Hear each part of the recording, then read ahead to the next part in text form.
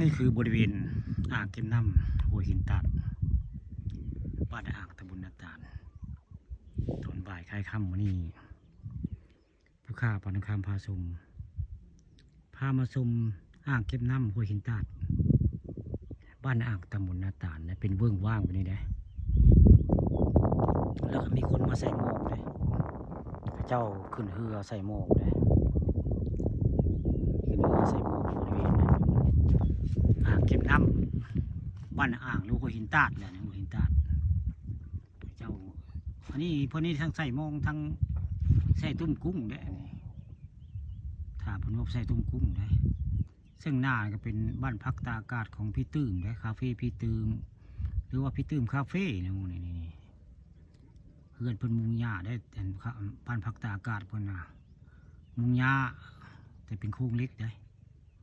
นี่แหละบ้านพักตากอากาศพี่ตื้มอ่างเก็บน้ำหัวหินตาดบ้านอ่างแหละใครอยากมาเที่ยวมาชมหรือว่ามาสั่งกินมากินข้าว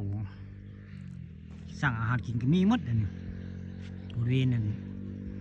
อ่างเก็บน้ำหัวหินตาดนั้นร้านอาหารพี่ตื้มคาเฟ่บริเวณอ่างนั้นหัวหินตาดละมงนี่ที่เห็นคนพายเรือใส่โมงเจ้าพายเรือใส่โมงในบริเวณนี้ใกล้สิค่ำแล้วบ่ายมากับเจ้าก็มาใส่โมงตอนเช้ากับเจ้าก็มายามบ่อยไงถ้าใส่โมงก็ใส่โมงได้ใช้อันก้องกุ้งกับพายเรือกับก้องกุ้งน้ำกับเจ้าเอาได้นี่พอได้กินได้ขายบ่ได้ขายก็ได้กินว่าง่ายนี่ส่วนในบทของพันธกมนาเฮาเนาะการหาอยู่หากินหาเงินหาค่ำบ่เห็นอันนึงก็เห็นอันนึงเนาะไปใส่โมงถึงเฮมาแล้วมื่อนี้ผู้ข่าวปานคำมาวันนี้บ่ได้ถึงเฮมานำได้ไหมมาถ่ายหนังน้อยซื้อได้บ่ได้เอาเฮมานำวันนี้มันใกล้สิค่ำแล้วเนาะเพื่อนนี่ใส่กุ้งใส่ต้มกุ้งวันนี้บ่ได้หลายเพื่อนเนาะเพื่อนว่าบ่ได้หลายได้อันหลายผู้ข่าวจะซื้อจำอยู่นี่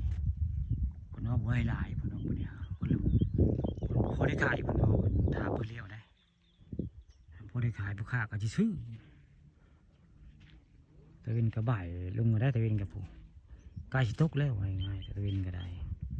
ต่ำลงแล้วนี่แหละซุ่มไทยหาใส่โมงใช่ไหมใส่โมงได้ถึงมีใส่โมงไทยอ่างก็เจ้าใส่โมงสองคนนี่